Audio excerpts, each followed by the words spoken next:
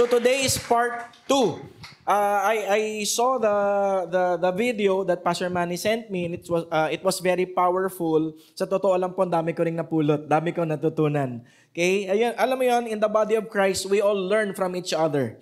Okay? The Apostle Paul said, we know in part, we prophesy in part. So there is no church who knows everything. There is no preacher or pastor or an apostle, for that matter, who knows everything.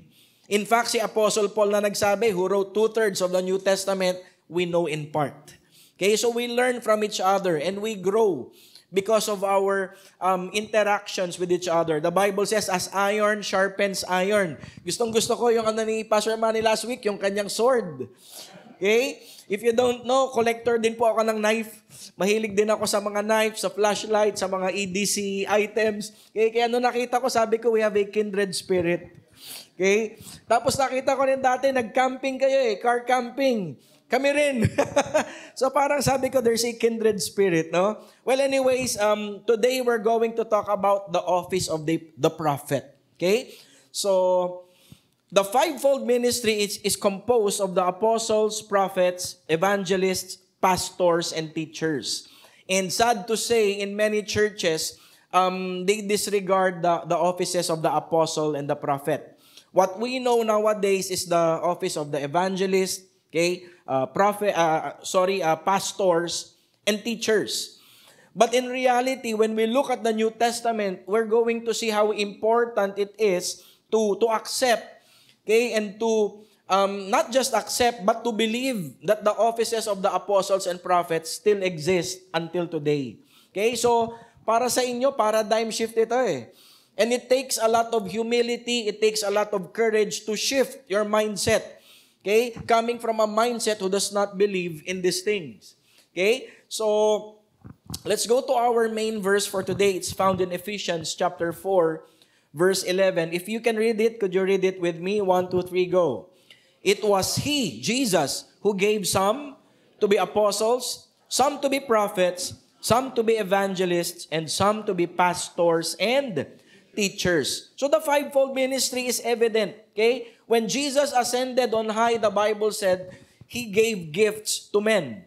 And one of the gifts that God gave is not just the apostle, but also the prophet. And I learned this from my pastor, Pastor Hiram, when I was in college back then. Yung fivefold ministry, in-illustrate ito ni Pastor Manny, di ba? The apostle, who can basically perform all of the duties of the other offices. Okay? The prophets, because he gives direction. And of course, yung bawal, the third, the middle finger. Okay? The evangelist, because he has a far-reaching ministry. Meron po bang evangelist dito? You know you've been called to do the work of an evangelist. Wow, thank you. Okay? So, yung mga evangelist po, they enjoy traveling. Who's been called to the office of a pastor? Ang ganda kasi the pastor is, sa ring finger, which symbolizes the covenant relationship. Like, between a husband and a wife, when you put the wedding ring, you are tied to that person. So, a pastor is basically married to his flock. I'm married to my flock in Las Piñas. Although I was able to start churches in Dasma, Cavite, Dasmariñas, Cavite, Lipa, Batangas, and Nagcarlan, Laguna. Okay? And we also have in Sorsogon. Pero po, ang main ministry ko, I know in my heart, is I've been called to shepherd the flock in Las Piñas. So I've been there for 22 years, married to them. Okay? So basically, if you've been called to be an evangelist, don't attempt to be a pastor. Kasi ang pastor, gusto niya talaga, the pastor enjoys being in that place where God has placed him. In contrast to an evangelist, biyahe ng biyahe yan. Nai-enjoy niya yan. Okay? So, and of course, teacher, who can go to the small holes and go to the tiniest details of, doctrines and theologies. Okay? So, yan yung fivefold ministry that God gave. So, before anything else, let me talk about the prophetic church. Okay? Before focusing on the office of the prophet, I'm just laying groundwork here. Okay? Groundwork muna tayo, foundation. So, the prophetic church, prophets, the gift of prophecy, and prophesying. What's the difference? Because we might have a tendency that when we see a person gifted in the prophetic, sasabihin na natin, uy, prophet na siya. Okay? There's a distinction. Okay? There's a distinction here. So I'm laying down the groundwork before talking about the main topic, which is the office of the prophet. Malinaw po? Okay. So, the prophetic church, prophets, the gift of prophecy, prophesying, what's the difference? So, the New Testament church is declared in the book of Acts to be a prophetic church. In other words, on the day of Pentecost, when the Holy Spirit came on the 120 believers in the upper room, God put the Spirit on all of them. And yung prayer ni Moses actually had a prayer in the Old Testament. And he said, how I wish that all of God's people were prophets. May prayer si Moses nung Old Testament eh. How I wish, sabi niya, that all of God's people were prophets. Because in the Old Testament, God would put His Spirit on a few people, right? And probably the time when there were most numerous prophets in Israel was the time of Elijah. Because Elijah he was like a dean or a principal. Meron siyang tinatawag na office of prophets or school of the prophets. Okay? He had different school of the prophets in Gilgal, I think in Bethel, different locations. That's why Elisha called him my father, my father. Because Elijah was like a father to the prophets in training. Okay? So dun po nang galing yung kinuwento ko kay Pastor Manny that before we attended an incubated training on the prophetic. 7 days, walang uwian yon. Okay? The first day, pinaglinis kami ng CR. Sabi, hindi pwedeng maging propeta pag di marunong maglinis ng kubeta. So they were teaching us humility first. Sabi ko, Lord, akala ko prophetic to, pinaglilinis kami ng toilet bowl. Okay? So we're not going to do it here. Okay? So it was a rented venue. So hindi naman siya church venue. Okay? But I believe in that because when you have pride and suddenly you discover you have the gift of prophecy. Minsan may may asta ang tawag natin doon, may pardon me for the term, pero minsan may angas. Prophet ako eh. I'm a prophet, respect me. Okay? I'm a prophet, give me the honor that is due me. But when God calls you to a high position, you must learn to lower yourself down. Even Jesus, who was King of Kings and Lord of Lords, diba? What did the Bible say in Philippians 2? He made Himself nothing, taking the very nature of a servant. Okay? So, look at the person beside you. Tell that person, be a servant first. Be a servant first. Okay? So, yun. Linis kami ng kubeta. Linis kami. CR. Okay? Tapos, pinaglilinis kami. And then, the training went on for 7 days. And of course, afterwards, we did not even had the audacity to put on the title prophets. Okay? I believe it's better to do the role without even wearing the title. Mas maganda na yun eh. Mas maganda na yun. Okay? Instead of wearing so many titles and then, when people look at you, there's pride, there's arrogance. Ang hirap nun. Okay? That's why Satan fall from heaven. Yun yung reason. Okay? So, the New Testament church is declared to be a prophetic church in the book of Acts chapter 2. And it says that sons and daughters will prophesy, young men will see visions, and old men. Sino dito nagkakaroon ng dream every Sunday during the preaching? Okay? So during the preaching, when you have dreams, it's legal. Because you are having a prophetic dream. Joke lang. Okay? Joke lang. And your men and women will prophesy. So basically in the New Testament, everybody is invited, okay, to have a part in what we call the prophetic ministry. Okay? So ito po yung prophetic ministry. Everybody is involved. I remember we had a youth camp before, and one of the nights that we had, the worship was so intense. And because of that intense worship, grabe po, even non-prophetic kids, they started to have open visions of heaven. And kids who didn't even know what was written in the book of Revelation, when they were interviewed afterwards, yung description nila ng heaven were accurate.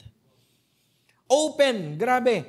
So, madalas po ito nangyayari when our prayer meetings become so intense, it becomes so deep. 'Di ba? Mararamdaman nyo yun eh. Have you ever been to a prayer meeting like that? Na parang the prayer and the worship is so intense that even parang normal people or ungifted people start prophesying. Okay? So, yun. So, every child of God must be prophetic. Say to the person beside you, be prophetic. I heard a preacher, actually this preacher, I could call him probably apostolic. He has the mantle of an apostle. He said, if you're not prophetic, you're pathetic. Okay? Because the book of Acts says, your sons and daughters, your young men, your old men, everybody will be prophetic. So if you're not moving in the prophetic, if you're a believer, you're not able to hear the voice of God.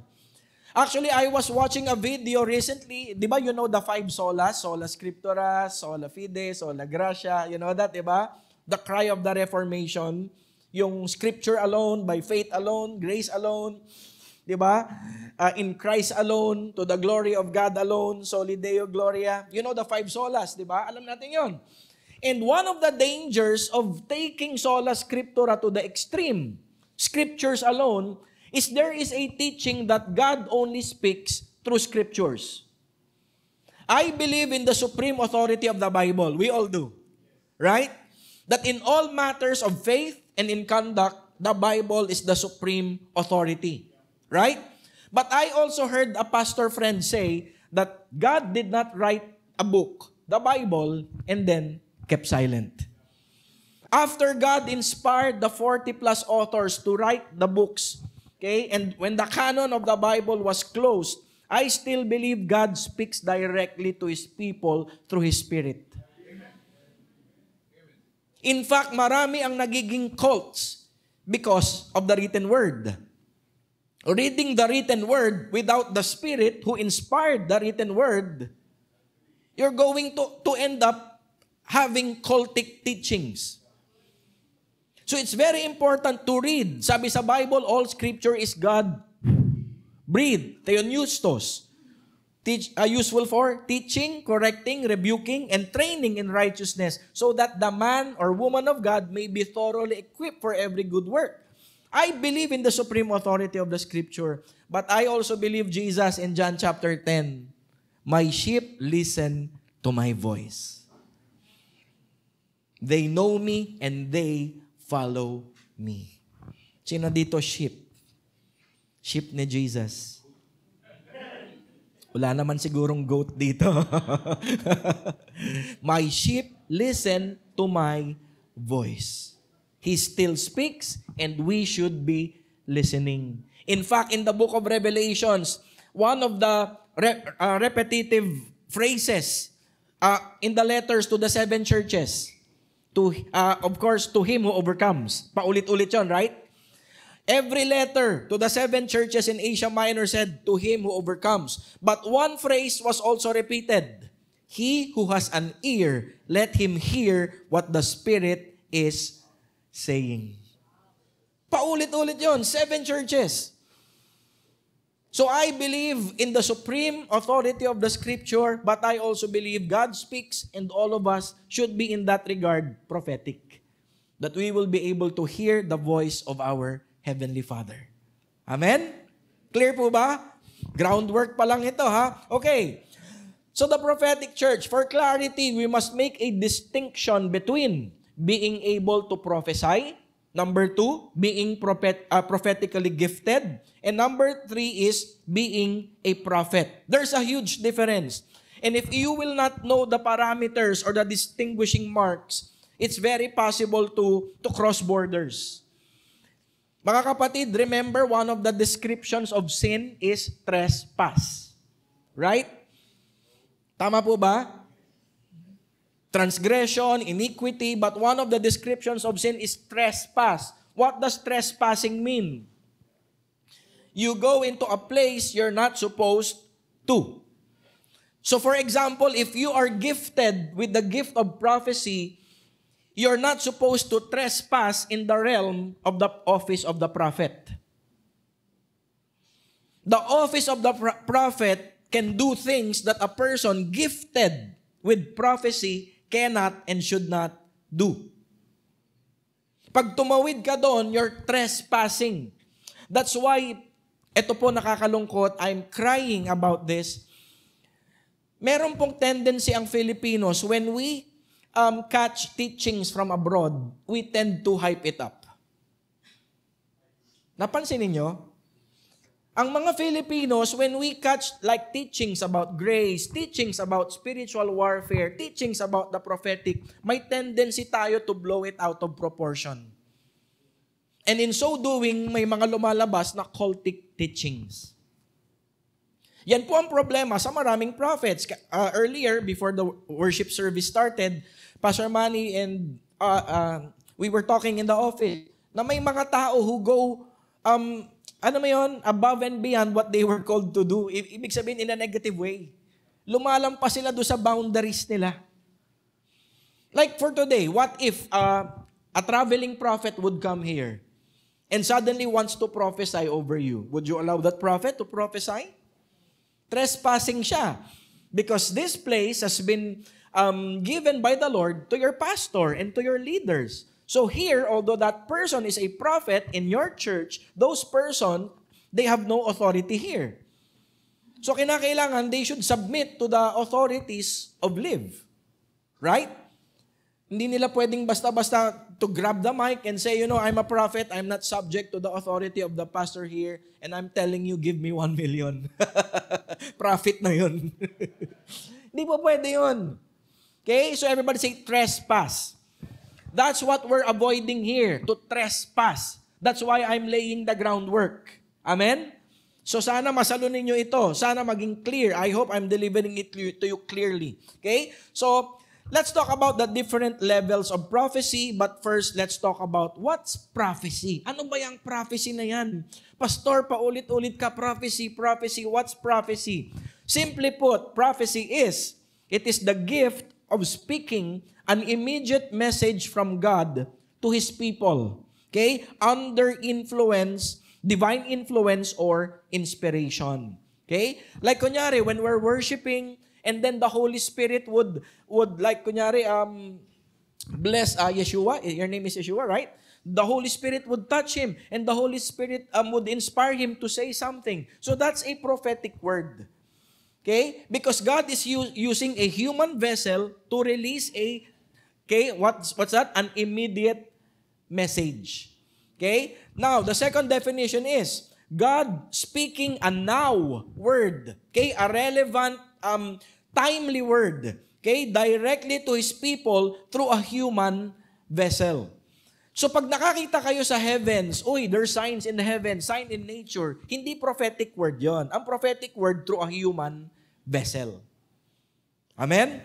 So let's proceed. So let's go to the scripture reference for that. Look at 1 Corinthians chapter 14, verse 3. But the one who prophesies speaks. So I believe before you discuss about the fivefold ministry, you talked about spiritual gifts first, Pastor. Right? So tapos na. 'Di ba? Alam natin may doing gifts, gifts of doing, 'di ba? May gifts of knowing at may gifts of speaking, right? Ano yung gifts of knowing? Word of wisdom, word of knowledge, and discernment of spirits. Ano yung gifts of speaking? Speaking in tongues, interpretation of tongues, and prophecy. Ano yung gifts of doing or power gifts? Miracles, faith, and healing. Okay? So, meron yon. So, sabi dito, the one who prophesies speaks. So, even if you receive a revelation from God, if God does not allow you to speak it out, it's not a prophetic word. It remains a word of knowledge. Nakukuha po ba natin? So, when God reveals, kunyari, I was in a certain place and God revealed to me something about someone. But God did not give me the permission to tell it to her. So that's not a prophetic word. It's just a revelation. Tama po ba yan? Yun yun. Because 1 Corinthians, the one who prophesies speaks. Prophecy is a speaking gift. So sometimes God would give a revelation to someone, but then God would tell that person to tell another person like a pastor, and then the pastor would be the one to release it. Okay? So nagkaroon siya ng revelation knowledge, like a word of knowledge from the Lord, okay? And it becomes a prophecy once it is declared. So dito, basahin natin, not all revelation is for proclamation. Diyan po nagkakatalo. Diyan nagkakagulo sa church. Many people who instantly receive a revelation from God, okay, at once they think, I need to release it. Walang wisdom. Walang timing. Ang tawag ko po dyan, when I teach about the prophetic, it's what we call prophetic administration. When you administer something in a wrong way, it causes confusion, chaos, disorder. So like, okay Lord, I receive a word, a revelation. When will I release it? How do I say it, Lord? Nangyari po ito, the first time it happened to me when I was probably 20 years old. I was invited in Pampanga. Medyo mahirap kasi matindi yung sinabi ni Lord eh. It was about something about immorality. So of course, you cannot declare that. Diba? Hindi mo pwedeng i-declare yon. Later on, you will know why. Okay? So, sabi ni Lord yan, drummer. Sabi ko, Lord, the praise and worship team is musically talented. Ang ganda ng tugtugan nila. And remember, mga 1990s, late 1990s, mas mahirap ang music noon. Ron Kenoli, mga Don Moen, di ba? Grabe yung mga tugtugan noon. Naalala ko nung nag-choir ako kay Don Moen, yung mga kasabayan ko, yung Wind Watch, ay, ano ba yun? Sabi ko, paano ko nasama dito? Kumbaga ako lang yung bano. Ako lang yung amateur, ang gagaling. Okay? So, going back to the story, nandun ako. Pagpasok ko nung church, nandun yung drum set in the middle of the church. Nagda-drums. Ang ganda ng music.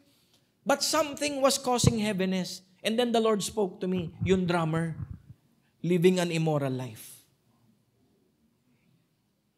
Now, am I supposed to declare that? Of course not. I'm not a prophet. And I'm not the pastor of that church. Pero ang bigat. So there's 1,000 ways to kilakat, sabi nga. Okay? So even if I don't declare it, sabi nga I think it's in Proverbs, a man of wisdom can draw water out. Kaya mong palabasin yung sagot sa isang tao. Okay? So sabi ko, Lord, you gave me revelation. How do I go about it? So after the service, I approached the drummer.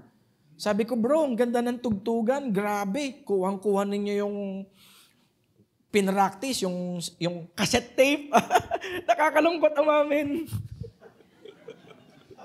Nakakalungkot. Sabi ko, kuhang-kuha ninyo yung nasa cassette. O ayan, there, I said it. Speaks of my age. Kuhang-kuha ninyo. Pero sabi ko, pardon me bro, pero sabi ko, you cannot fabricate the presence of God. You cannot fake it. Sabi ko, ang ganda ng tugan nyo, pero something's wrong. Sabi ko, something's heavy. Sabi ko, how's your spiritual life? Sa prophetic, yan ang magandang way to approach people. You ask by asking probing questions. Okay? So at least you're not declaring a prophetic, a word you're not supposed to declare, but in the process, you're still able to minister. Sabi ko, kamusta ka? Okay lang ako, kuya. I was not a pastor back then. Sabi ko, are you sure? Are you really sure that you're okay spiritually? And then he bowed his head, and I saw tears falling down. Yung floor, basang-basa na ng luha. Sabi niya, kuya, sa totoo lang, ka-live-in ko yung girlfriend ko. So I did not declare the prophetic word, right? Hindi ako nag-trespass. But God gave me wisdom how to minister to that person by asking a probing question or a leading question.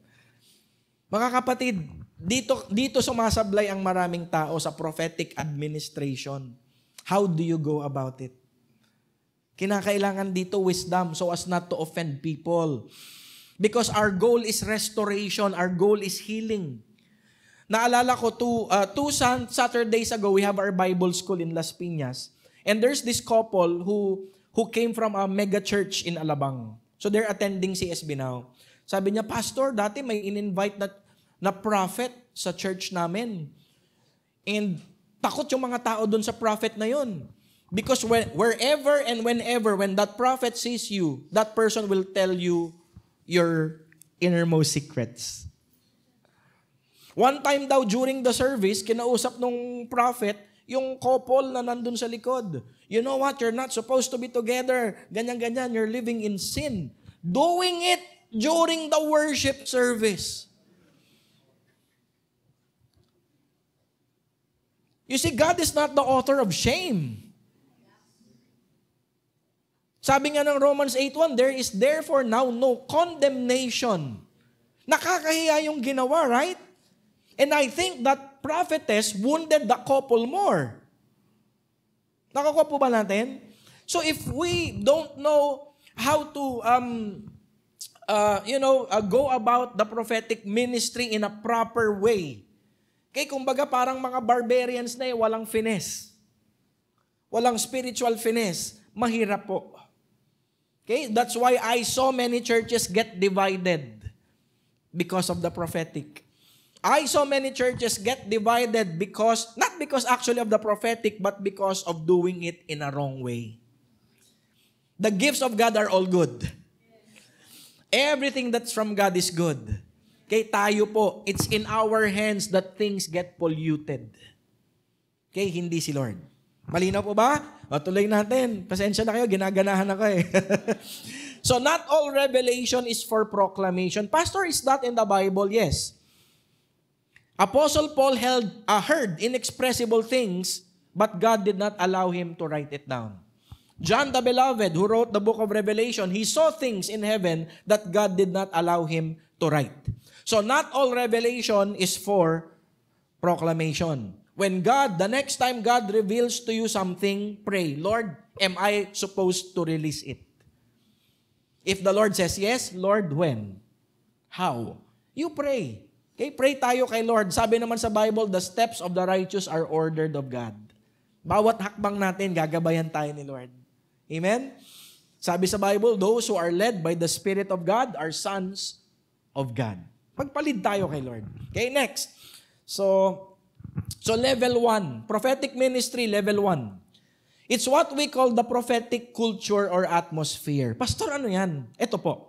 A prophetic culture or prophetic atmosphere takes place when a prophet or intense prophetic anointing is present in a geographic location.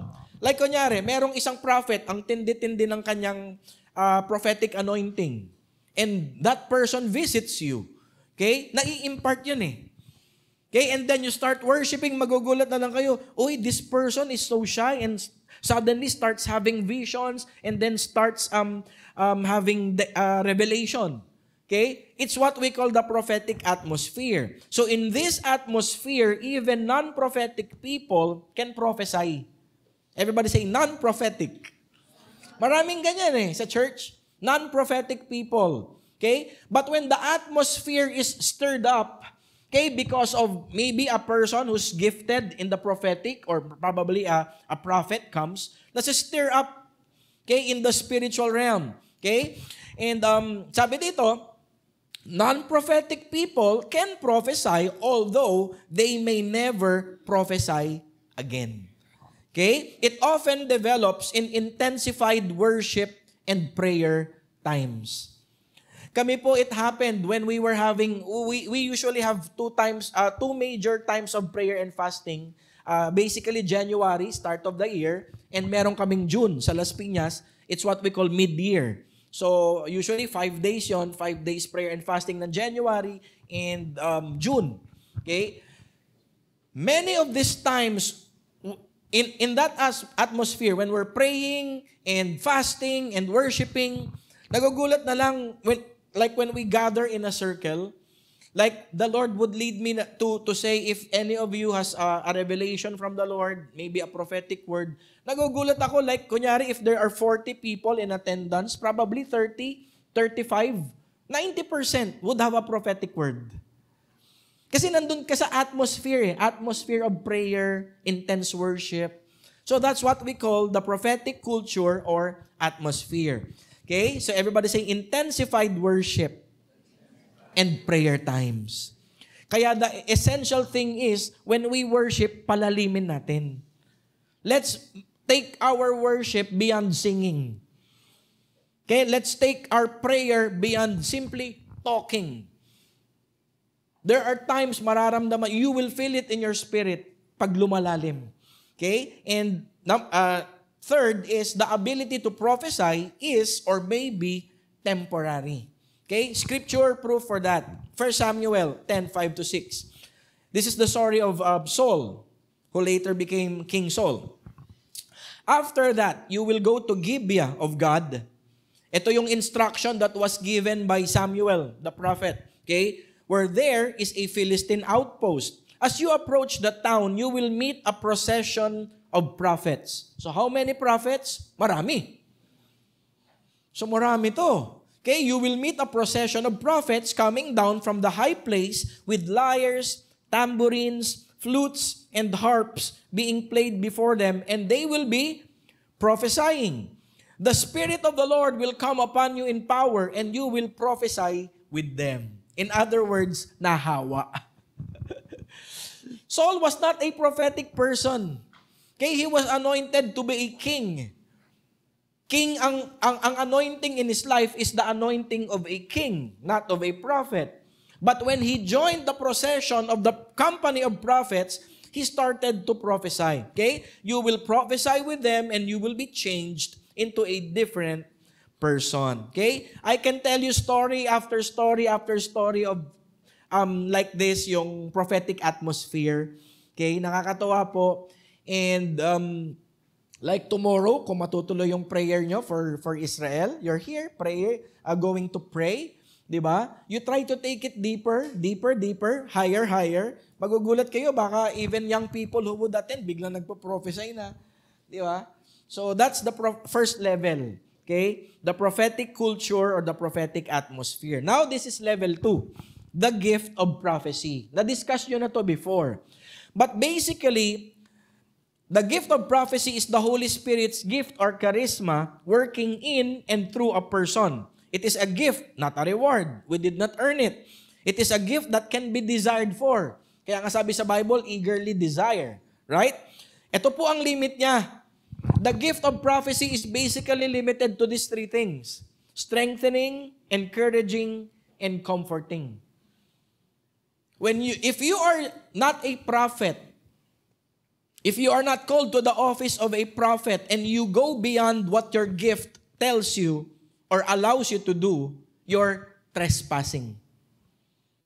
At uulitin ko, ang isang definition ng sin is to trespass. Although mamaya, bibigyan ko kayo ng, what do we call this? Exemptions to this. Okay? So, Pastor, where did you get that? Strengthening, encouraging, and comforting. 1 Corinthians 14. Follow the way of love and eagerly desire spiritual gifts, especially the gift of prophecy. Who's desiring this gift? Wow, sana lahat tayo. Okay? Promise, it's one of the most helpful gifts in the ministry. If you're doing deliverance, dati 1 hour, biglang na-activate sa'yo prophecy, baka deliverance mo 5 minutes na lang. If you're doing counseling, probably takes you 2 hours, 3 hours to talk to a person. If you have the gift of prophecy and suddenly the Lord reveals the root of that problem, tapos agad ang counseling. Okay? Very, very helpful. One time, my wife and I were in Boracay, family vacation. Tumatawag yung branch nila sa bangko. Ma'am, may nagwi-withdraw ng 2 million. And then the Holy Spirit spoke to her, don't allow that person to withdraw. Sabi nung kanyang tao, ma'am, complete documents po. Complete documents. And she felt it strongly in her heart, wag mo ipa-withdraw. So check again. Well, to cut the story short, scammer po. Parang ewan ko kung nag-forge ng documents, eventually nahuli po sa branch nila. 2 million, my goodness, saan ako kukuha ng 2 million? So magkukwit muna ako sa pagpapastor, mag-aartista muna ako. Di ba? Ano lang naman, hindi, papakain lang sa buhaya. Di ba? Or makeup zombie. Diba, hindi ko naman sinabing lead actor eh. Imagine that. It helps even in your workplace, even in your business, to be prophetic. Kami ng wife ko, wala kaming courtship stage. Bakit? I prayed, God showed her to me. She prayed, God showed me to her. Sa totoo lang, ayaw ko sa kanya. Ang arte-arte naman ni May. Siya naman ayaw sa akin. Ang yabang-yabang naman ni Allen. You see, opposites attract. Kaya kami, wala akong maalala na courtship stage namin. No roses, no chocolates, tipid. Wedding date namin, prophetic. Binigay ni Lord yung araw. Day ng wedding, wala kaming pera. For all our suppliers, we don't have enough money to pay all our suppliers, but the Lord gave us the date specifically for 250 guests. At that time, I was pastoring in Binangonan. You know my allowance? 6,500. 6,500. Wow, pastor. But the Lord told us, go ahead. My blessing is with you. On the day of the wedding, we ended up having paid everything at may sobra pa. Pambiling bubble gum. When you are prophetic, when you are able to hear the voice of God, it will impact every area of your life. That's why Satan is really moving. Nagdo-double time siya to prevent churches from moving in the prophetic because he knows we will be more effective, more powerful. Amen? So I declare all live churches, you are a prophetic church. Lahat kayo. And every member, every minister of Live will be a prophetic minister of God. Lahat kayo nakakarinig kay Lord. You know and you know and you know that it is God speaking. Amen? So, sabi dito, everyone who prophesies speaks to men for their strengthening, encouragement, and comfort. Ano yung context? For the context, look at the pretext. Eagerly desire spiritual gift. It's the gift of prophecy. Okay? So yan po ang parameter ng isang tao who only operates in the gift of prophecy. Okay? I think you're using in this church NASB or No King James, di ba? So iba ang rendering doon, but I think this is from the NIV 1984. Ayun yun. Okay? Strengthening, encouragement, and comfort. You're not allowed to declare dates, instructions, directions, death, gender. Usong-uso ito sa mga immature sa prophetic, like when they see a pregnant woman, oh, the Lord told me, you buy blue because it's a boy. Tapos lahat, bumili na, pininturahan na yung room ng paglabas, pink pala dapat. Kasi you're not supposed to prophesy about gender, especially pag gift of prophecy ka lang. Of course, we're not belittling the gift. We're just saying this is only the space given to you by the Lord to move or to operate. Amen po ba? Promise, I've been in the prophetic ministry 22, 23 years. By God's grace, wala pang napapasok sa akin. Because I know my parameters. I stick there, I stay inside that. I don't pretend, I don't assume to be a prophet.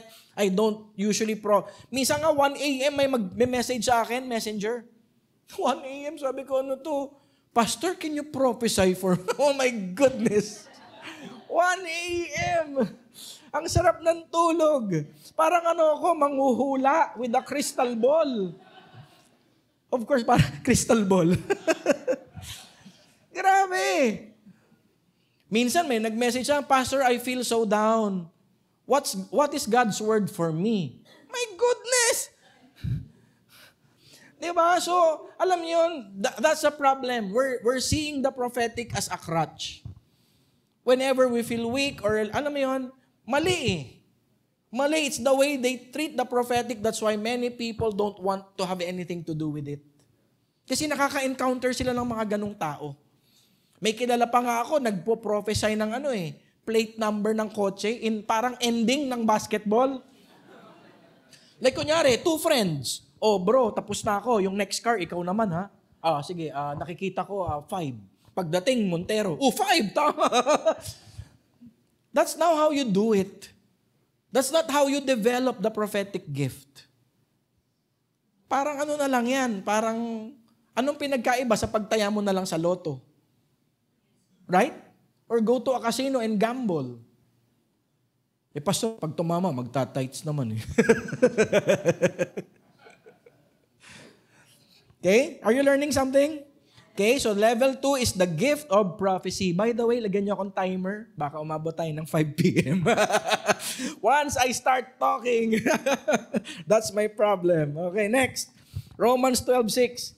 Having then gifts, charisma, okay, differing according to the grace that is given us. Let us use them. Okay, if prophecy, let us prophesy. See? The gift of prophecy is one of the charisma of God, the charismata of the Lord. Okay? May limit yan. Let's go to the next level. Ito pong level na to is basically not in the Bible, but I got this from Chris Vallotton of Bethel, and I think na meron sense. Level 3 is what we call prophetic people. Okay? So, disclaimer, this is not mine. It's from Chris Vallotton of Bethel. Sabi dito, these people are not prophets because that is not their calling. They operate in the Holy Spirit's gift of prophecy at a high level. Kumbaga, meron lang silang gift ng prophecy, pero yung accuracy level nila at yung sharpness ng kanilang visions or hearing is so high. Okay? And number 2, they have a proven prophetic ministry. Yung track record nila is good. That's why the trust level afforded to them is also high. Amen po ba? May sense eh. Kasi sila eh, yung mga binibitawan nila, accurate. At meron silang, last number 3 is, they have a strong relationship with the church leaders. Hindi sila yung tinatawag nating, yung mga Lone Rangers. Yung walang covering, walang accountability, and they just go about, prophesying wherever and whenever they want. Okay? Hindi sila ganun. So they have a relationship with the pastor, like when I was a youth. Probably 20 years old ako noon, kasi nasa college pa ako eh. 21 years old. Ako yung worship pastor namin. Okay? Ako yung nag-lead ng worship. And I remember, during times of worship, God would give me revelations na instructional. Talagang instruction and direction. It's beyond the gift. Okay, right? It's beyond the gift. Di ba yung gift? To strengthen, to encourage, to comfort. But my senior pastor, Pastor Hiram, would give me freedom and blessing to prophesy that. Kasi nakikita niya yung track record ko. And at the same time, yung trust level niya sa akin, at yung relationship namin is strong. So maybe Pastor Manny has people here na talagang trusted niya, close niya, verified, di ba? And although gift of prophecy lang yan, maybe you're a businessman, you're not really called to be a prophet, okay? Or maybe you're called to be a teacher. Teacher ang calling mo. Pero nakikita ni Pastor Manny, wow, this person operates at the gift of prophecy at a very high level. So, iaalaw niya ngayon. Bibigyan niya ng freedom to move. Are you getting the distinction? Okay? So this is from Bethel. It's not really in the Bible, but ina-apply ko to. I have ministry heads in Las Piñas that I know they're not prophets. Like, I know one is basically a teacher, pastor. So yun ang calling niya, to be a pastor teacher. Pero pag nakarinig siya kay Lord, accurate siya. So I allow them. Okay? So yan lang po yun. The prophetic people. And finally, level 4, prophets and prophetesses. This is the highest level of prophetic ministry. Okay, of course, along with apostles. Because apostles can also assume the mantle of a prophet. Okay? They are Christ's doma. Di ba anong difference? Yung gift of prophecy, charisma. Ito, doma. Okay? So, they can go beyond strengthening, encouraging, and comforting. No amount of training or desiring can lead a person to becoming a prophet. Okay? Ito po yung personal stand ko. You can desire the gift, the charisma of prophecy, but to be a prophet, you must be called and appointed. Look at this. Actually, medyo tricky ito eh. Ang dami kong binasa na mga commentaries regarding 1 Corinthians 12. Okay? Sabi dito, and God has appointed in the church, first, apostles, second, prophets, third, teachers. Bakit ko highlight yung first three? Because yung tatlo, they are part of the doma. Right? The fivefold ministers, apostles, prophets, and teachers. Then, everybody say then. Doon sa ibang rendering ng Bible sabi, after them, after the doma, okay, then miracles, then gifts of healing, helps, administration, various kinds of tongues. Ano yung 5 na sumunod? Charisma. Hinalo siya in one passage eh. So we must put a fine line between the doma and the charisma. Ano yung ending? But earnestly desire the greater gifts. So dun sa 8 na binanggit, ano yung charisma dun?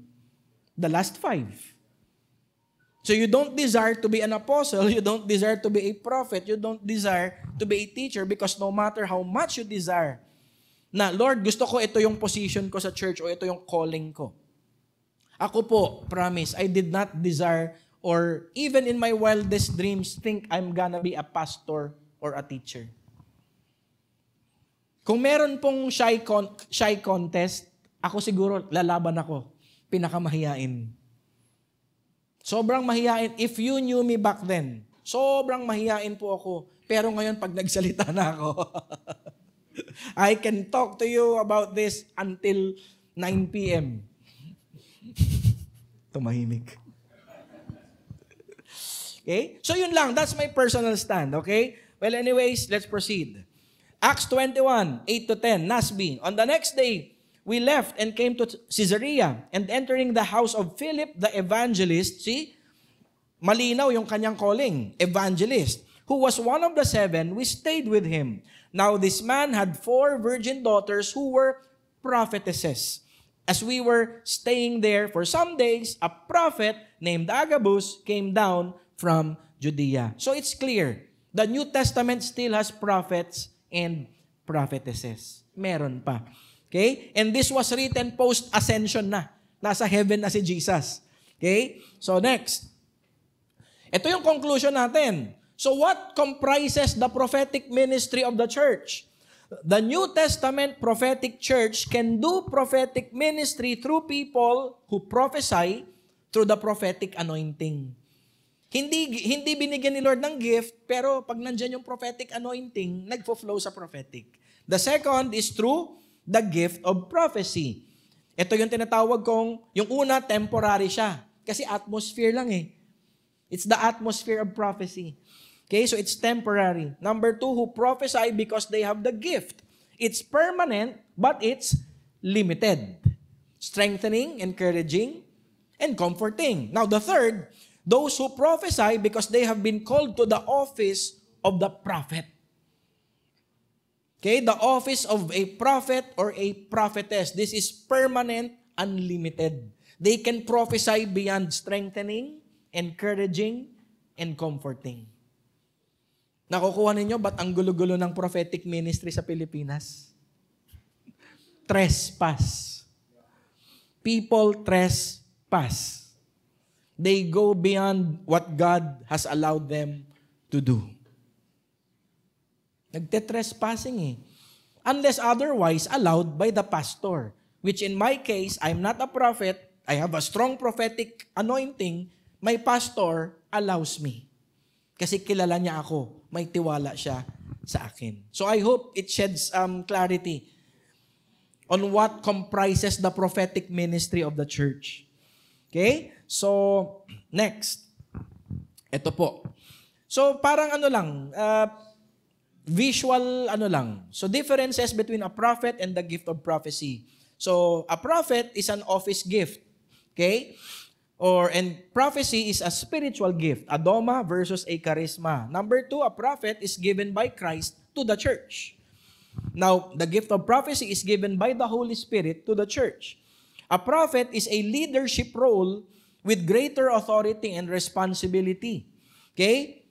Prophecy is a supernatural ability. Okay? So, number 4, prophets can correct, instruct, predict. Ito yung beyond. Okay? Na a person with the gift of prophecy is only limited to edification, exhortation, and consolation. Okay? Ito yung strengthening, encouraging, comforting from a different rendering. Next, prophet is generally tied to a person's calling. A gift of prophecy is not. Like kunyari, you may be called to be a teacher in the body of Christ. Ang gift mo is to be a teacher. Okay? Pero strong ang gift ng prophecy mo.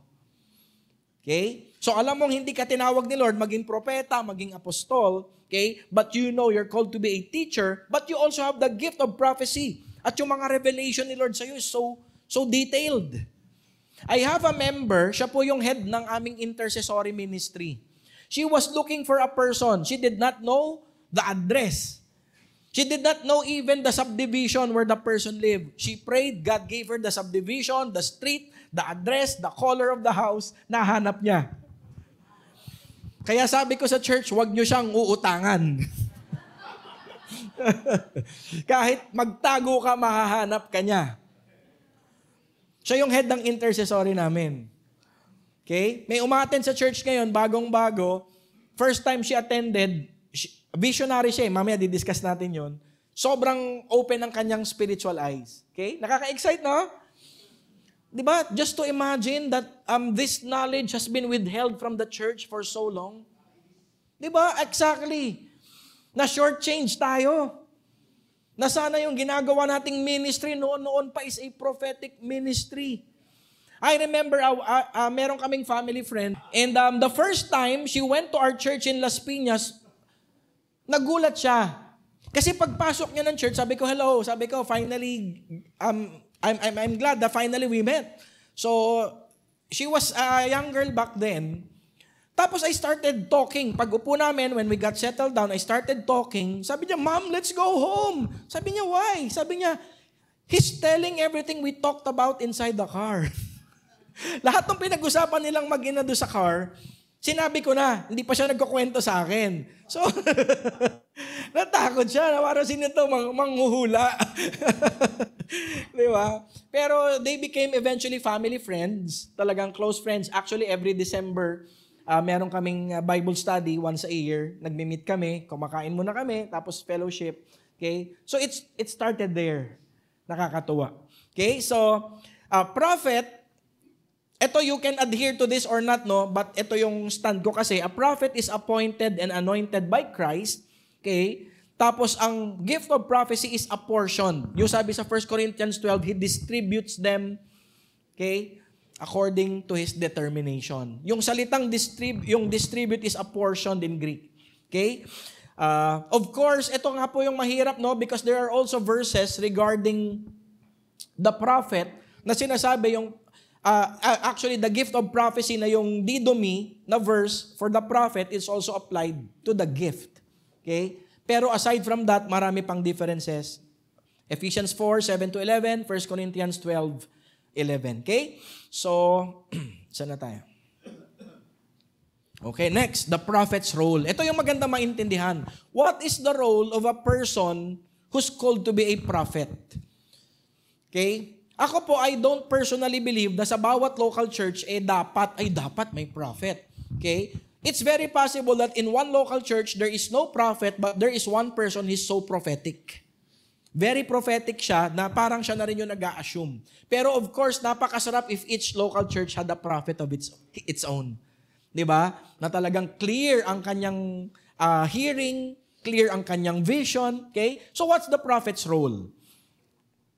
Number 1, Sabi dito in Ephesians 2:20, consequently, you are no longer foreigners and strangers, but fellow citizens with God's people and also members of His household, built on the foundation of the apostles and prophets. Pastor Manny taught about this last week. May picture pa ng foundation, right? So very foundational sa establishment ng New Testament church ang apostles. Now the question is, since prophets and apostles are important to lay the foundation of the New Testament church, after the foundation has been laid, tapos na ba ang trabaho nila? Kasi there is a school of thought that says, in the infancy of the church, okay, in the infancy stages of the New Testament church, we need apostles and prophets. But after the foundation has been laid, tapos na. Ako po, I would disagree with that. Okay? So inuna lang po natin ito. They are, ano yung number one? Prophets and apostles are the foundations of the New Testament church. And Scripture says that the church is built on the foundation of the apostles and prophets, with Christ Jesus Himself as the chief cornerstone. Okay. Second role of the prophets. Prophets are part of the fivefold ministers who lead or govern the church. When I say the church, it might be the universal church. Okay, it's the universal church. Kasi sabi ko nga, hindi ko pa nakikita na lahat ng local church ay may kanya-kanyang prophet. Okay? Like si S.B. Las Piñas has an apostle of its own, a prophet of its own, evangelist, pastor, teacher. Okay? Si S.B. Lipa would have the in their midst, okay? Siguro in the entirety of CSB, Pastor Hiram will be our apostle. Sa Live, Pastor Manny will be your apostle. Apostle Manny. Diba? But the point is, existent siya. Okay? It might not be per local congregation or local church, but for the universal body of Christ, meron pa rin. Meron pa rin. Okay? So God has placed in the church, first of all, apostles. Second, prophets. Third, teachers. Then miracles. Then gifts of healing, of helping, of guidance, and of different kinds of tongues. Okay? So nakikita natin yung preeminence nila. Apostles and prophets. Very, very important. Okay? So, Acts 13, verses 1 to 3. In the church at Antioch, you know, yung isang trivia sa church at Antioch, diba? They were called Christians first at Antioch. The term Christian, okay, ay unang ginamit sa Antioch. And Antioch is the hub. It is the headquarters of the Gentile ministry. Kasi yung church in Jerusalem ang head ng entire Christianity. Okay? So itong church at Antioch, there were prophets and teachers. Barnabas, Simeon, called, ano ba to? Niger, para wag yung N-word. Lucius of Cyrene, Manaen, who had been brought up with Herod the Tetrarch, and Saul. Okay, remember, Saul has Saul. Hanggang mamaya si Saul because he later was called by Paul. Okay? While they were worshiping the Lord and fasting, the Holy Spirit said, "Set apart for me Barnabas and Saul for the work to which I have called them." This is the start of his 3 missionary journeys. Powerful church planting movement of the New Testament. Wow. Yung nabasa ko ng commentary, sabi, they did not start with planning. They started with worship, prayer, and fasting. Minsan yung brainstorming tayo. You know what? It's good to brainstorm. It's good to plan. But our minds are finite. When you pray, when you fast, you are tapping to God who is infinite. Hindi nag-start yung missionary journey with brainstorming. San ba posible? San ba tayo may contact? Because even if you don't have contacts in a place, if God would lead you there, you're going to succeed. He will provide. Okay? So, set apart for me Barnabas and Saul for the work to which I have called them. Okay, ito na yung first missionary journey nila. So after they had fasted and prayed, they placed their hands on them and sent them off. Nagkaroon ng sending forth. Who sent them? The prophets. The prophets and teachers at Antioch. Okay, so ibig sabihin meron silang leadership roles. They were allowed to consecrate and to appoint people, okay, in other words, to ordain them and then to release them into the ministry. Leadership. Okay? So, it's very, very important. Kaya si Satan is doing his best, okay, to corrupt and to pollute our understanding of prophets. Kasi powerful ito eh. Amen? Ako po, most of my healing ministry, probably 70% happens through prophetic. Meron po kaming church sa Nagcarlan. Ang tawag sa kanya before, Church So Blessed Rizal Laguna, and Nagcarlan, Laguna. So kaya tinawag siyang Rizal-Nagcarlan. Nag-merge yung dalawang ministry. So I started with Nagcarlan. I was probably there for 1 year, pero ang uma-attend, one family lang. 1 year na kami pumupunta ng wife ko. One family.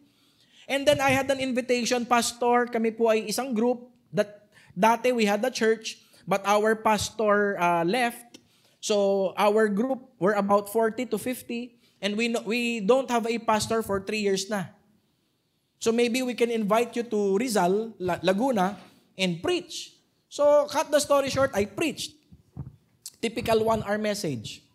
After my preaching, sabi ko, Lord, how will I pray for them? How do I end the service? And then the Lord me a vision, simpleng-simple lang. Abdominal pain. Abdominal problem. Actually, abdominal problem. Sabi ko, Lord, ang generic naman ng vision. That's one of the traps that we fall into sa prophetic. Sometimes we want to have high-tech prophetic visions. Ito po kung ano lang yung pinakita ni Lord, stick to it. Whatever the Lord says, no matter how simple or trivial, stick to it. So sabi ni Lord, yan lang Tell them, abdominal problem, I'm healing. So sabi ko, mga brothers and sisters, before I end the service, if there's anyone among you that has a problem in the entire abdominal area, surprise po ako, probably 70% of the church stood up. Kasi halo-halo na pala, intestine, pancreas, liver, kidney, stomach. Kaya pala, nilagay na lang ni Lord, abdominal. And everyone who stood up got healed. Pagkatapos nun, nag-merge na. Rest was history, naging Rizal, Nagcarlan. Yun I was in Bataan, church anniversary sa Balanga yata ito Pagkatapos ng sermon, I saw a lady. She wanted to get pregnant, but she didn't get pregnant because there was a big tumor sa kanyang reproductive organ. Hindi ko alam kung saan uterus ba? I forgot the anatomy. Dati alam ko yung anatomy, nakalimutan ko na. So nakita ko, sabi ko, is there anyone here, you've been praying to have a baby, but hindi ka magkaroon ng baby kasi may bukol sa reproductive system mo. So the woman stood up. Takbo siya sa church, sa harap. Halfway, bumagsak na siya. Because the power of the Lord was so intense, hindi na siya umabot sa harap, bagsak siya. And she felt fire over entire body, ang init-init. And she remembered, pag-upo niya, she remembered my story that I told while I was preaching. Na pag-uwi mo, you go to the restroom, you sit on the toilet bowl, and everything that's wrong in your reproductive system will go out. Pag-uwi po niya, I'm telling you, hindi ako nagbibiro, lumabas po sa kanya the size of a balut. Inihi po niya. Sa sobrang saya niya, she took a plastic bag. She took it from the toilet bowl. Tapos the next check-up niya sa OB-GYN niya, she brought it, sabi niya, Doc, you told me I would never get pregnant unless I had that tumor in my reproductive system. Oo, sabi, paano ka mabubuntis? Meron kang tumor. Doc, what if it's gone? Of course, you can be pregnant. Lord, Doc, here it is. Kaya niya kinuha. Let's give the Lord a clap of praise. Thank you, Lord. Hallelujah. Kaya, probably 70% of the healing ministry in my personal ministry happens through prophetic. Powerful Napaka-powerful. I was invited. May oil refinery sila. In-invite kami. Grabe oil refinery nila, napakalaki. Pastor, Could you pray over our oil refinery? What's the problem po? Hindi makapasok yung chemists. They have a chemistry laboratory. They can't get to work kasi may nagpapakitang white lady.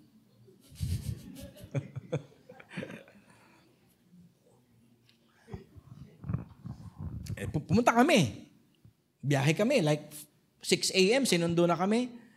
By the way, this is the brother of the mom of the girl I was telling you about. Yung, is scary, he knows everything. Okay, kapatid naman ito. Punta kami. Pagpasok namin doon sa oil refinery, there was like, on the right side, there was a valve. And I saw the valve in a vision explode.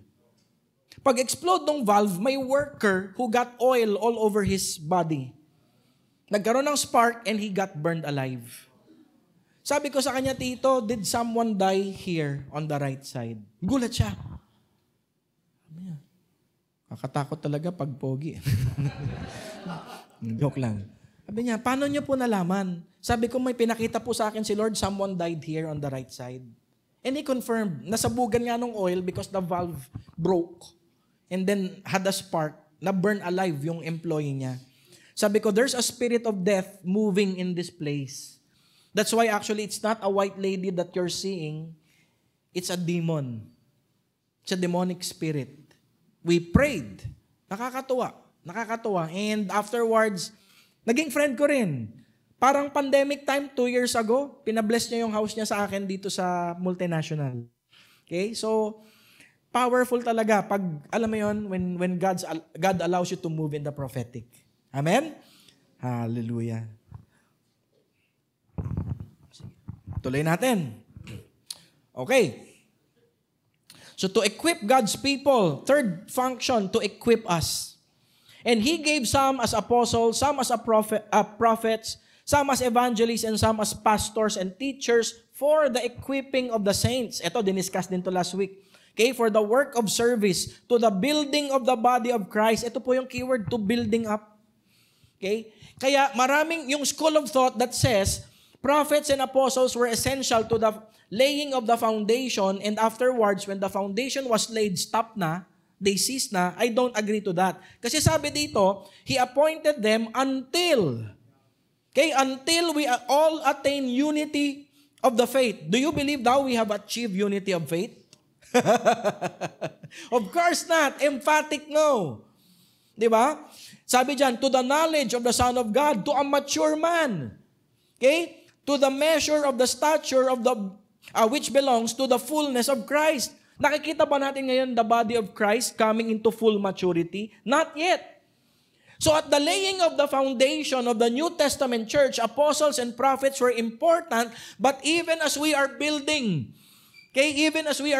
until the Lord comes, until we are perfected, they are essential.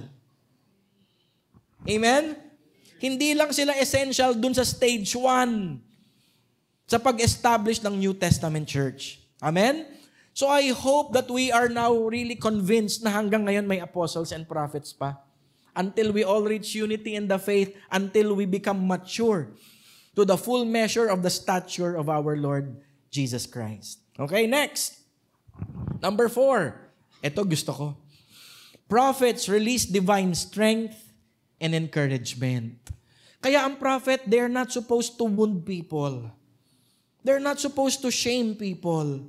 Remember yung kinuwento ko kaninang prophetess? Yes, she corrected the couple, pero she did it in a shameful manner. Habang nasa worship service. Kung, kunyari, you have a friend na ganun, tapos dinala mo sa church. Accurate yung prophetic word, but those two people would feel shame. Baka nga next Sunday, hindi na-attend yun kasi alam na ng buong simbahan yung ginagawa nila. Ano sabi sa Bible? Love covers a multitude of wrongs. Love covers, it does not expose. Okay, so everybody saying encouragement. So be a vessel of God's encouragement. Yan ang purpose ng prophets. Not to shame people. Kasi pardon me ha, ito po yung stereotype ng prophets. I've been to different churches, different conferences, and most of the things I hear when you equate prophet, pag prophet, nakakatakot. Kasi pag prophet, they say it as it is. Walang renda. Well, in my view, those are unseasoned prophets. Prophets with rough edges. Kasi the ultimate prophet is Jesus. Do you believe Jesus is the ultimate prophet? Ano sabi ni Jesus in Matthew 11? For I am gentle and humble in heart. Gentle si Lord eh. Amen? Okay, tuloy natin. So prophets release divine strength and encouragement. Kaya once you move in the prophetic ministry, I pray. Okay? Be a vessel of encouragement. Not discouragement, not condemnation. Next, number 5. Prophets give divine instructions or directions. Ito po yung hindi ginagawa ng gift of prophecy. Di ba? The gift of prophecy is limited to strengthening, encouraging, and comforting. But a prophet can give instructions and directions. In the church at Antioch, yung kanina, there were prophets and teachers. So when they prayed, Paul, Silas, okay? Paul and sabi dito, they set apart Barnabas and Saul for the work. So God gave the prophets direction for the church ministry and they launched the missionary journeys of Paul and Barnabas. Okay? Kaya magandang kasama sa church planning, people with prophetic giftings. People with the prophetic anointings. Okay? So prophets give divine instructions or direction. Number 6, prophets give divine warnings through foretellings or prediction. At hindi rin to ginagawa ng gift of prophecy. Okay? During this time, some prophets came down from Jerusalem to Antioch. One of them, named Agabus, stood up and through the Spirit predicted that a severe famine would spread over the entire Roman world. This happened during the reign of Claudius. See, it happened. Okay? It's beyond the church. Famine na to eh. Pero nangyari. Kaya nakakalungkot yung mga Filipino prophets who prophesy candidates during elections. Nakakatisod. Nakaka-turn off. Promise for me, it turns me off. Kasi ang sabi, in the church, God has appointed, first of all, apostles, prophets. You are an apostle to the church. Iba yung Old Testament like Jeremiah. I appointed you as a prophet to the nations.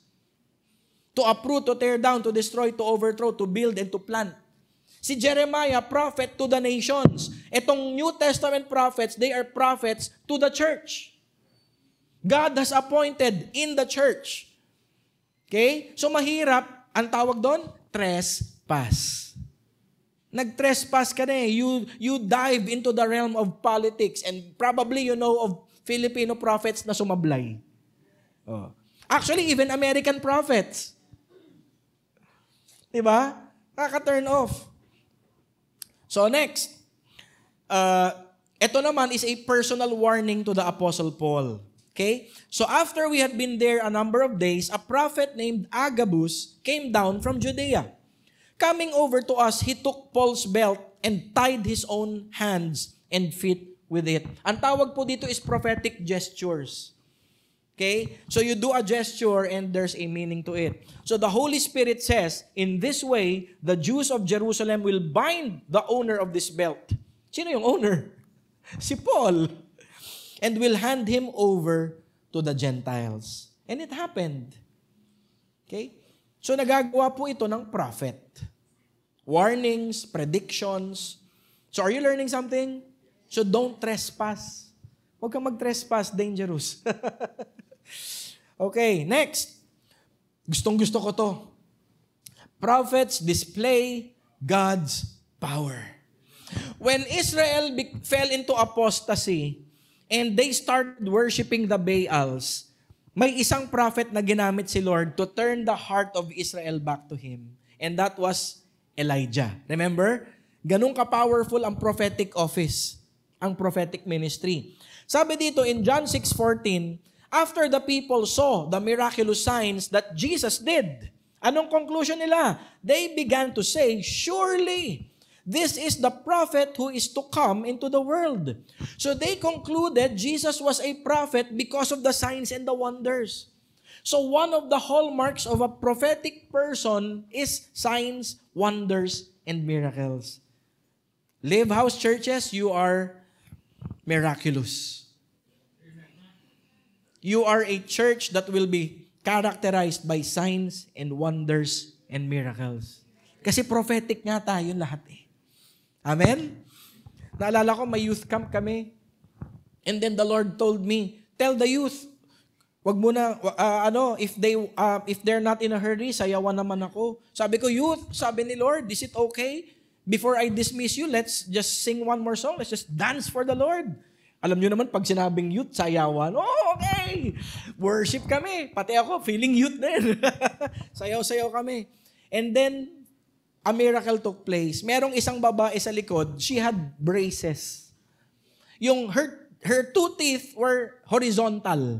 Nakahiga na. So basically, taon yun, years. It would take years to straighten it up, right?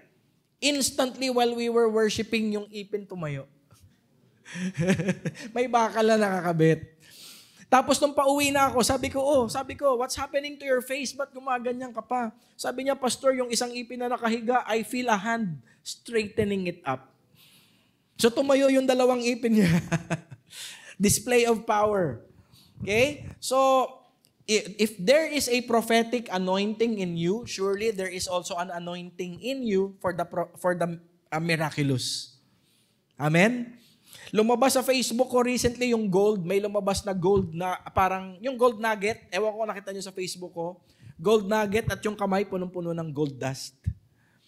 Okay, habang nag-worship kami sa church, yung isang member namin had her hands full of gold or glory dust. Si Pastor Manny, you showed me a picture of a kid, a child that you prayed for. Diba? Tapos naano siya ng gold dust. Yun na yun. Okay, so it will flow from the head down to the body. So tanggapin nyo na from Pastor Manny yun. Okay. So prophets display God's power. Everybody say power. Tell to the person beside you, you're not powerless. Diba? You're not powerless, church. Powerful tayo. Amen? So next, James 5:17-18, Elijah, the prophet, was a man just like us. Gustong-gusto ko yung term. I really love that. Just like us. Just like us. He prayed earnestly it would not rain, and it did not rain on the land for 3.5 years. Wow. And he prayed, and the heavens gave rain, and the earth produced its crops. Grabe ang power ng prophet ni Lord, no? Grabe. An entire nation was affected by a single man's prayer. Lord, don't send rain. Boom. 3.5 years drought. Grabe. Okay? So next. Number 8. Prophets prepare the way of the Lord. Actually, last week, Pastor Manny talked about apostle. Okay? And sabi niya, if I have something to add, actually, hindi ko na napadala para maging slide. But one of the definitions of an apostle, di ba, apostelo and apostolos. Okay? It means it's not just to be sent forth. Okay? It also means you're an envoy with the power of the one sending you. So, para bang may special power of attorney ka. It's as if the one who sent you, ikaw yun. Okay? So, the church is like that. Apostolic ang church eh. Okay? But aside from that, there is this another definition of an apostle. It's related to maritime. Yung mga barko, ship. Okay? First, it referred to cargo vessels, cargo ship. Okay? Until eventually it became a military term, it means to send a fleet with a commander. Okay? Yung fleet. Itong fleet na to was on a military conquest. Padala ko na lang yung definition. Okay? So, it's a fleet sent on a military expedition, and the last definition I had was to colonize. Kaya what happened when we were colonized by the fleet that came from Spain? Philippines actually look like Spain. Yung language ng Spanish, naging language natin noon. When you look at Philippine architecture during the Spanish times, it looked exactly like Spain. So one of the roles of an apostle is to terraform, to colonize. So that when the king comes and visits, it looks like the place where he came from. Kaya sa revival, we're not just praying, Lord, take me to heaven. Sa revival, alam niyo ang cry ng revivalist? Lord, bring heaven to earth. As it is in heaven. Sa heaven, may sakit. Kaya we pray for sick people. Sa heaven, there are no demons. That's why we cast out demons. We are terraforming the earth. Okay? So that when the king comes, when he looks at the earth, it looks like heaven. Kaya ako naniniwala sa kingdom mindset. Yung power na, Lord, as it is in heaven. Okay? So ganun ang prophets. When they came, what happened? To prepare the way for the Lord. So that when the Messiah would come, Lord, the heart has been prepared. Yan ang nagagawa ng prophetic ministry.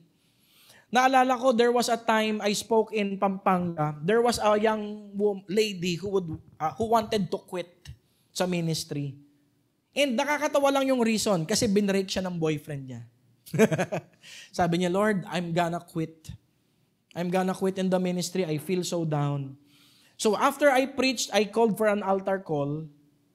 She did not come. 80% of the congregation came to the front, kasama siya sa hindi lumapit, nandun sa likod. And you know what the Lord told me? You pray for her first. So I neglected all the people who were in front, which were just 80% of the total attendance. Tumakbo ko sa likod, dinuna ko siya. And I told her, sabi ni Lord, iniwan ka ng boyfriend mo. Pero wag magiging reason yan para bumitaw ka kay Lord.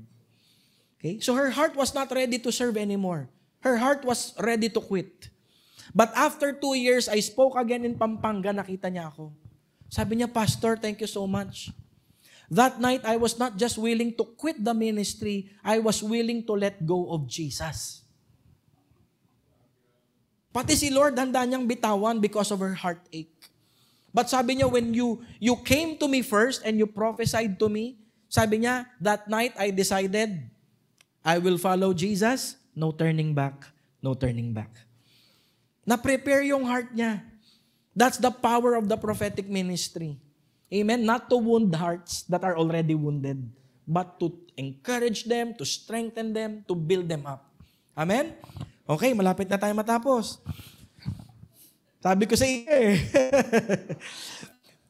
So, prophets prepare the way of the Lord. Those days, John the Baptist came preaching Judea and saying, repent, for the kingdom of heaven is near. Okay? O next, number 9. Prophets are at the forefront of spiritual warfare. If you want to be used in the prophetic ministry, be prepared for war. Be prepared for spiritual battles. Amen po ba? You cannot say, Lord, gusto ko lang yung encouraging part. I want the part when I strengthen people. No. When you accept the role of a prophetic minister, you must accept the warfare aspect of prophecy. Look at this. Acts 16, alam natin to, the spirit of divination, the python spirit, na-preach na to dito, di ba?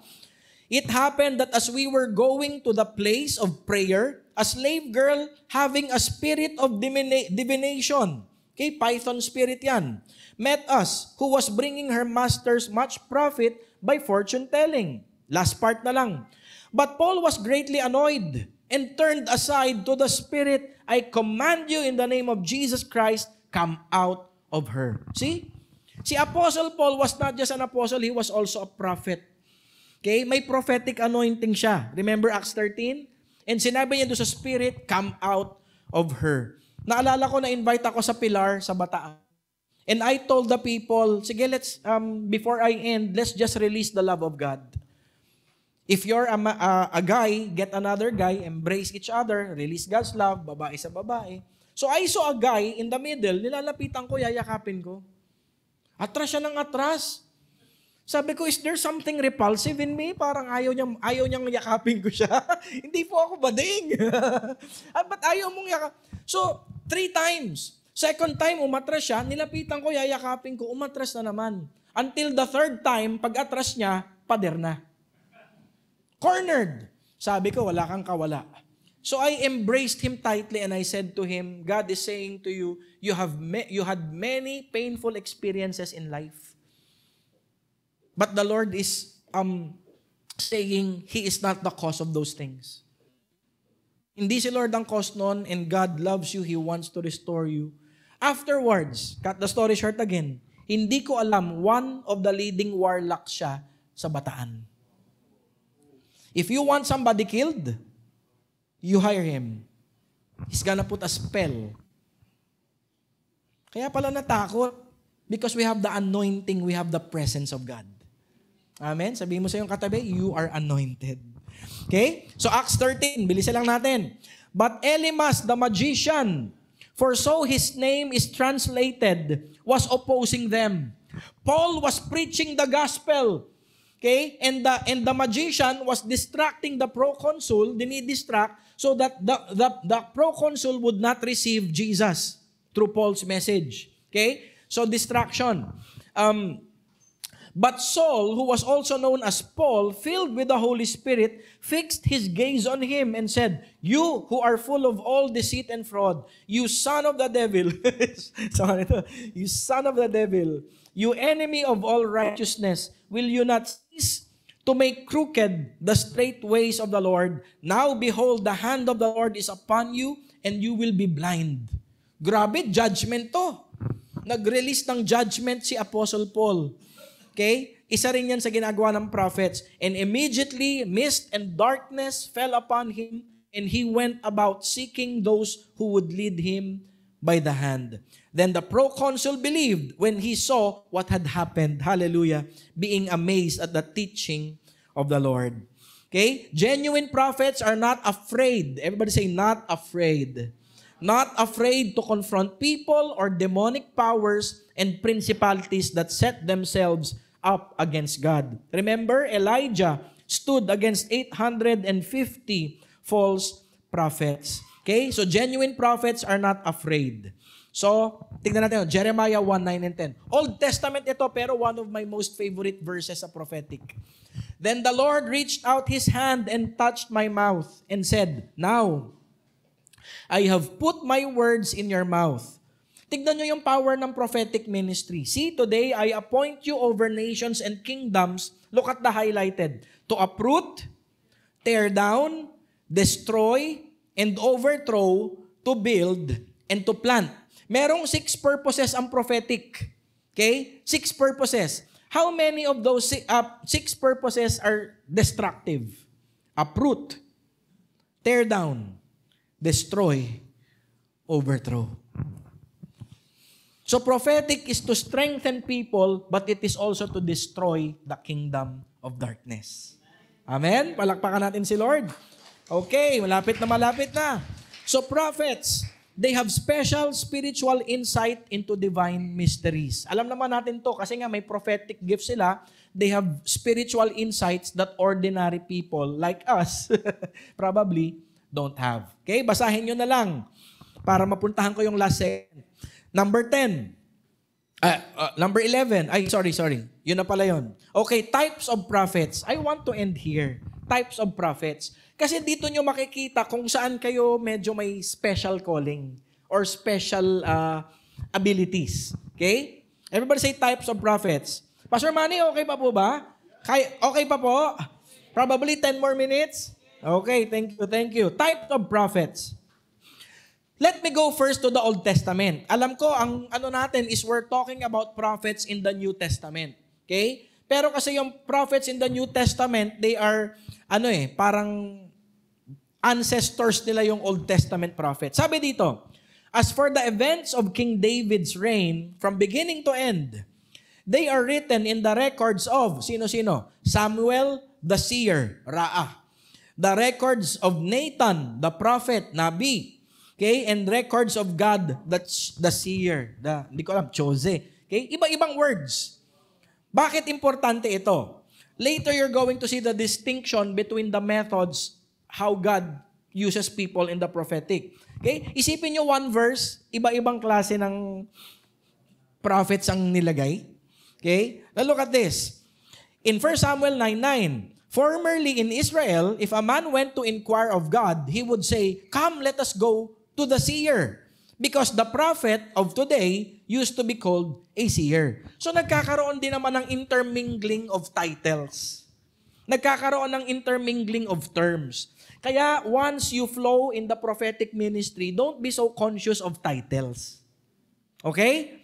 Kaya ako binigay itong verse na to so that you will know, dati naman yung prophet, yung seer, prophet din ang tawag. Ganyan. So they're not so much concerned with the titles as much as with the duties.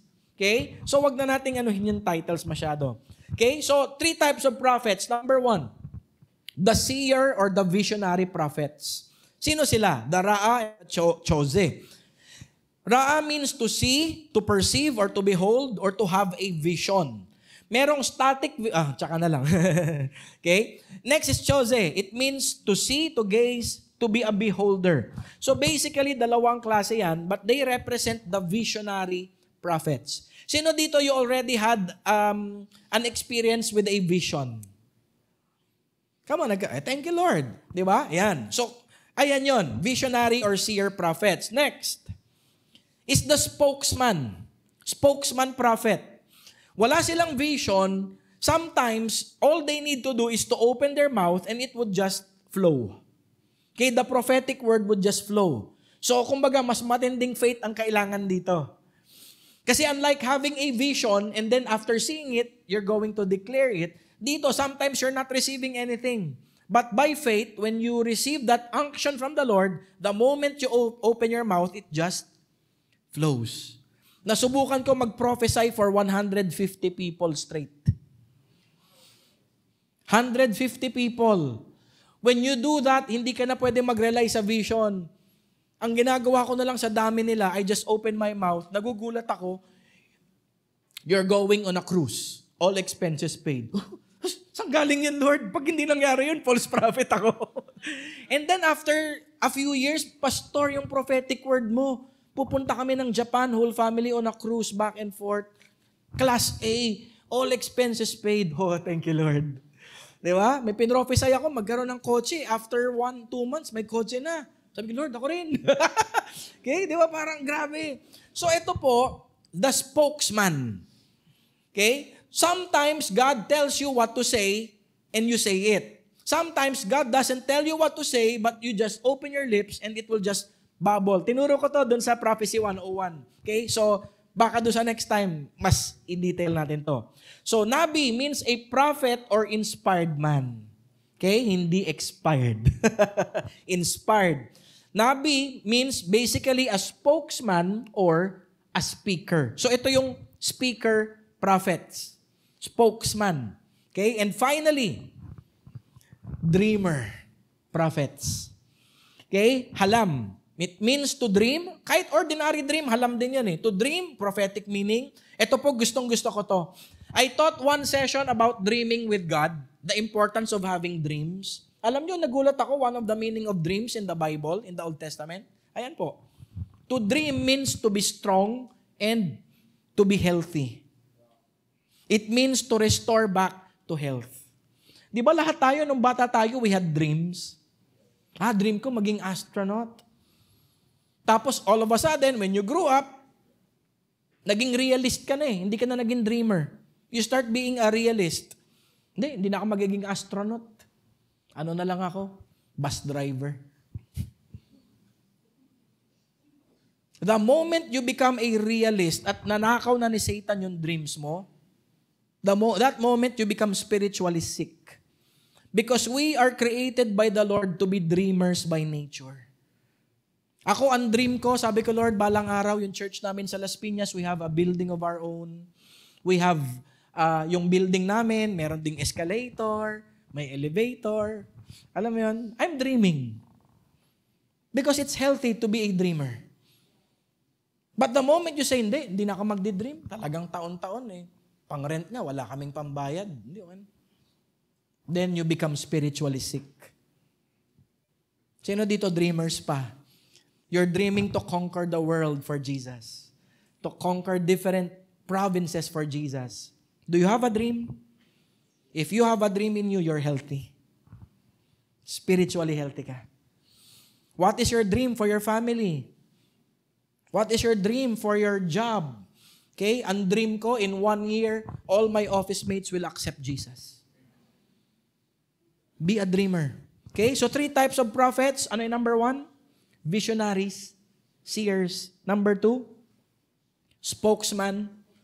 Okay, speakers. And number 3, dreamers. Did it happen in the New Testament? Kaya, tignan natin to. Punta na lang tayo sa Book of Acts.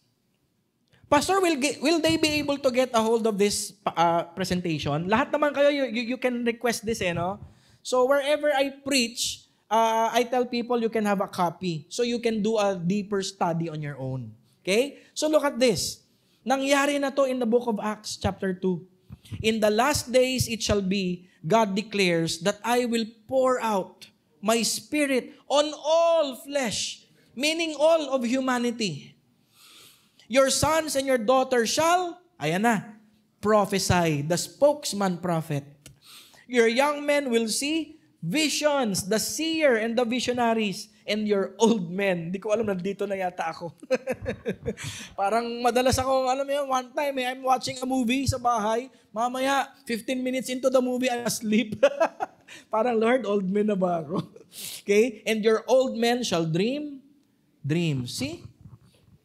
The spokesman, the visionary, and the dreamer. I hope that God will activate all of these types of prophets here. At sa lahat ng live na nanonood, God will activate the prophetic anointing. Amen? Hallelujah. Last, I will end with this. Sabi ko nga po sa inyo, sometimes when Filipinos get a hold of teachings, meron tayong tendency to go overboard or to hype it up. And parang sa deliverance, alam nyo ba sa deliverance, meron ngayon pati demons pinapatanggap kay Jesus? Do you know that? There are deliverance ministers who minister deliverance, and the way they do it, they tell the demons to ask forgiveness from God and to accept Jesus and go back to heaven. O napanood yung Noah. When the rock monsters were redeemed, when they helped Noah, naalala nyo yun? Have you seen Noah, Russell Crowe? At the end, di ba, they became a beam of light going back to heaven. Subliminally, tinuturo yun nung movie na yun, that demons can be redeemed. So may tendency tayong ganun. Wala naman tinuturong ganun. So I will end with this. Prophets and divine order. Para maganda ang flow ng prophetic ministry and walang stumbling blocks, walang tao na to turn off. Okay? I will end with this verse. 1 Corinthians 14:29-33. Let 2 or 3 prophets speak, and let others pass judgment. So see, even what they say must be scrutinized. We test every spirit. Okay? We must become Bereans. Sabi dito, but if a revelation is made to another who is seated, the first one must keep silent. May order. Divine order. For you can all prophesy one by one, so that all may learn and all may be exhorted. And the spirits of prophets are subject to the prophets. For God is not a God of confusion, but of peace, as in all the churches of the saints. I pray that as we start ministering prophetically, pag inactivate na natin yung gift ng prophecy, yung office ng apostle, we do it in such a way that, alam niyo yun, people are blessed, people are encouraged, no one goes overboard, no one trespasses, and everyone is blessed. Amen? Naalala ko kasi nung college ako, matenda ko sa isang Pentecostal church. During praise and worship, we were worshiping the Lord. I stand, in awe of you. Biglang yung katabi ko, prophetess pala, sumigaw. And the Lord is saying to you. And the church has a seating capacity of around 500. Tapos nasa likod na kami. So gano'ng kalakas yung voice niya to be heard up front? Sabi ko, gulat talaga ako. I thought someone was demonized. Nakakala ko kailangan ng deliverance eh. Pagtingin ko, nag-shout siya ng prophetic word. Sabi ko, why do that? Why not go to the front, di ba? And Pastor, while we were worshiping, I had a prophetic word from the Lord. Is it okay after worship, could I release it? Oh, sure, go ahead. Di ba, mas orderly. And then you get the mic and you don't need to shout. Ako po, I was a newbie in that church. Baguhan lang ako. At ako po, na-turn off. Kasi ganun, sumigaw. Ang explanation nila, once you receive the unction of the Holy Spirit, you can't control it. So right then and there, you must release it. Sabi dito, the spirits of prophets are subject to the control of prophets. You can. Okay? So do you believe in order? God is a God of order. We want God to raise up prophets in this church and probably prophetic ministers. But everything must be done in love, humility, in a restoring fashion. Everything must be done in order. I hope you learned something today. I hope you were blessed. So before I end, let's all stand up. And siguro gagawin ko lang prayer of impartation that whatever God has given me, di ba, silver and gold I do not have.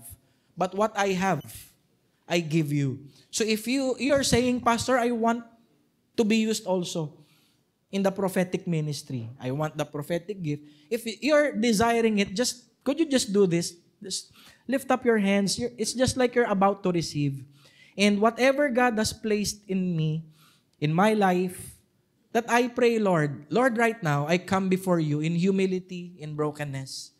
I come before you, Lord, with this great privilege of speaking to my brothers and sisters here at Live.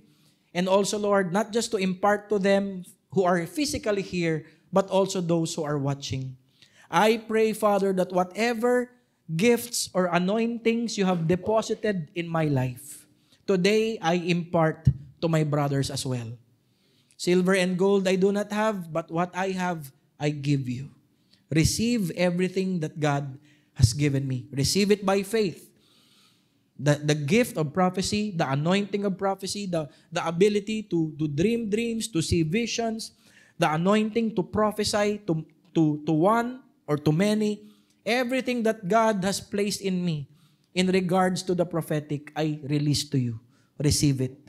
Receive it in Jesus' name.